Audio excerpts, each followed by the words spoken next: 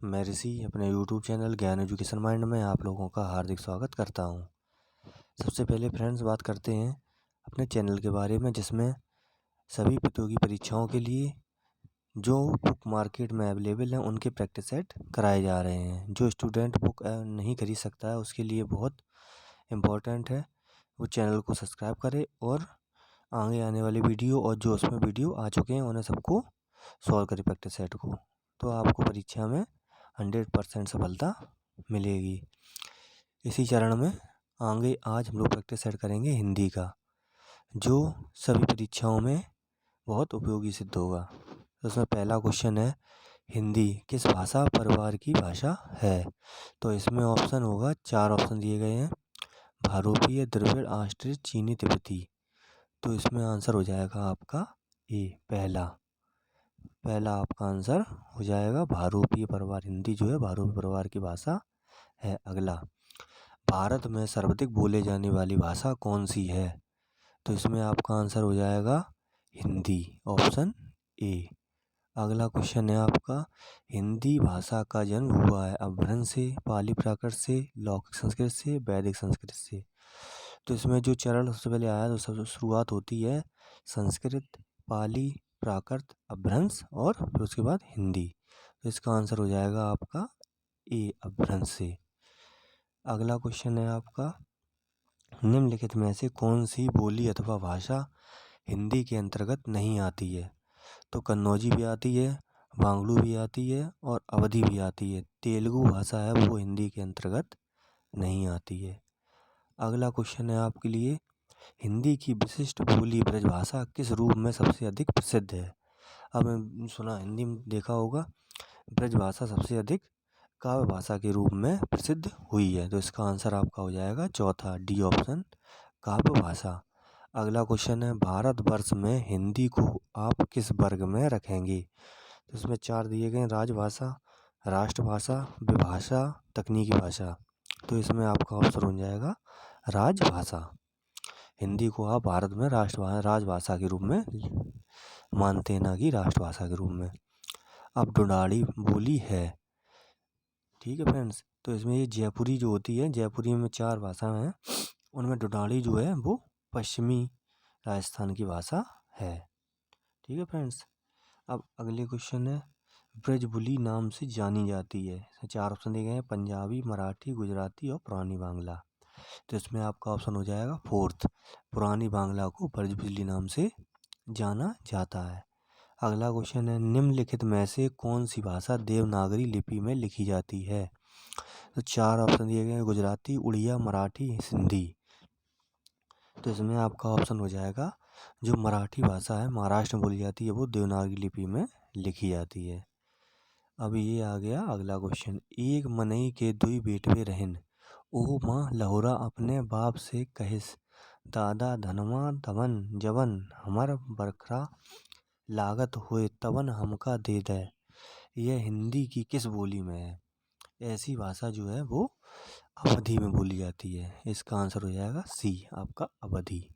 अगला क्वेश्चन है आपका, निम्नलिखित में से कौन सी भाषा संस्कृत भाषा की अपभ्रंश है?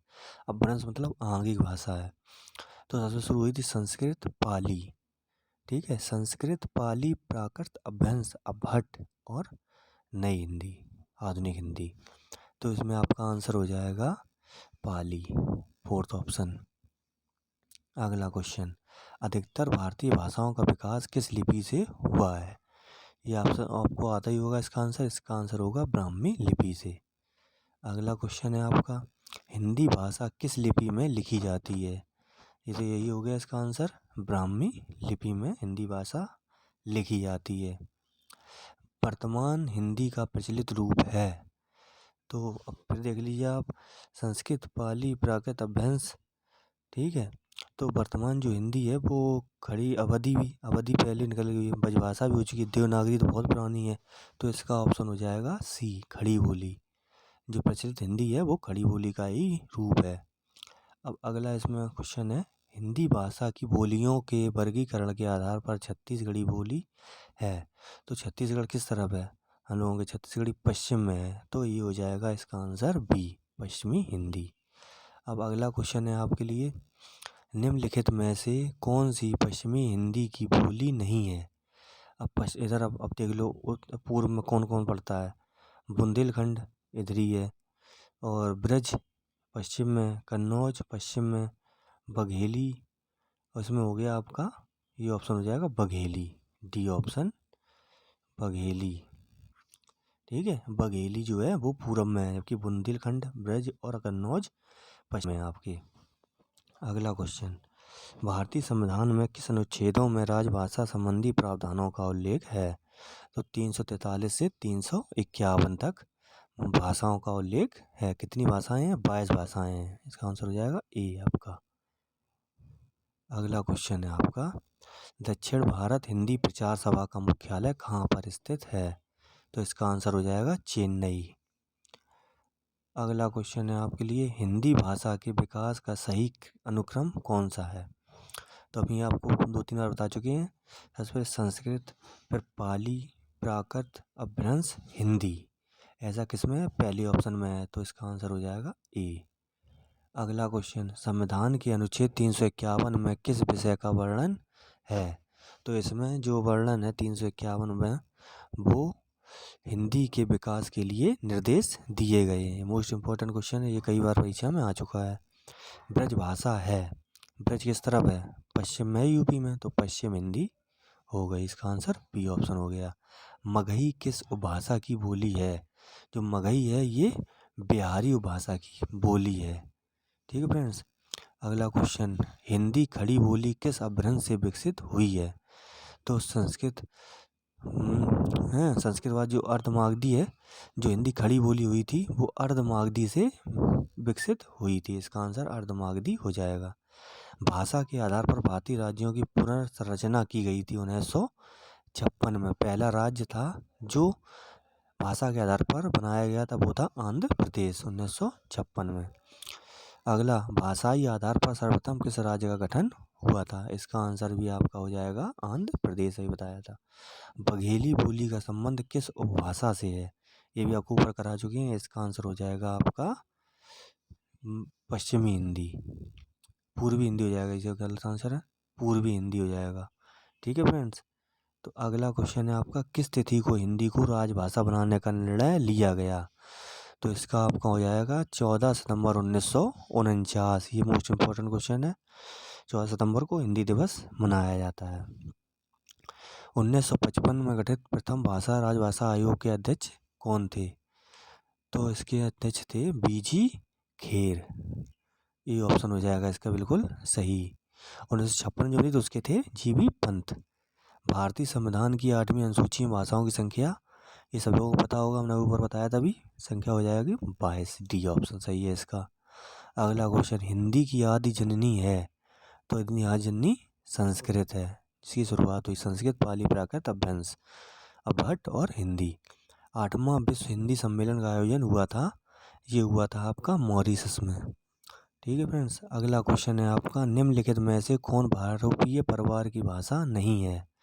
तो भारोपीय परिवार भाषा जो है वो मलयालम भारोपीय परिवार की भाषा नहीं है। सी ऑप्शन इसका सही हो जाएगा।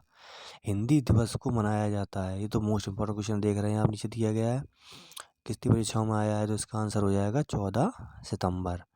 विकास की दृष्टि से प्राकृत की पूर्वकालीन अवस्था का नाम है। विकास की दृष्टि से प्राकृत, तो संस्कृत, पाली, प्राकृत, अपभ्रंश, अपभट्ट। ठीक है, पहले बताई गई संस्कृत, पाली, तो उसका आंसर हो जाएगा ए ऑप्शन पाली। पश्चिमी हिंदी की 2 बोलियों का सही युग्मज है। पश्चिम में देख लो आप, पश्चिम का क्या पड़ता है, ब्रज और बघेली। बघेली नहीं है, खड़ी बोली और बुंदेली, यही आपका ऑप्शन डी हो गई। कन्नौज, अवधि, अवध के लखनऊ कहते हैं, पूर्व में छत्तीसगढ़ी, और बांगरू भी इधर है पूरब में, तो इसका ऑप्शन डी सही हो जाएगा बिल्कुल। अगला क्वेश्चन है, अर्धमागधी अपभ्रंश से विकसित है। संस्कृत, पाली, प्राकृत, अपभ्रंश, अर्धमागधी और मागधी। अर्धमागधी अपभ्रंश से विकसित है, तो इसमें हो जाएगा आपका ब्रजभाषा। अर्धमागधी से जो ब्रजभाषा विकसित हुई थी। देवनागरी लिपि का सही क्रम है। तो इसमें सबसे पहले आई थी ब्राह्मी लिपि। बताया था जो जितनी भी लिपियाँ हैं सबका निर्माण हुआ है ब्राह्मी लिपि। तो पहली ब्राह्मी लिपि किसमें, सी ऑप्शन में है, तो सी आंसर इसका सही होगा। पहले ब्राह्मी आई, फिर गुप्त लिपि, फिर नागरी, फिर देवनागरी। ठीक है फ्रेंड्स, तो ये हमारा आज का हिंदी का प्रैक्टिस सेट हुआ। इसमें जो क्वेश्चन है बहुत इंपॉर्टेंट है, इसमें से एक या दो क्वेश्चन आपको 100% परीक्षा में मिल सकते हैं। तो इस प्रैक्टिस सेट को हल करिएगा और चैनल को सब्सक्राइब करिए, इससे आगे आने वाले वीडियो आपको मिल सकें। धन्यवाद।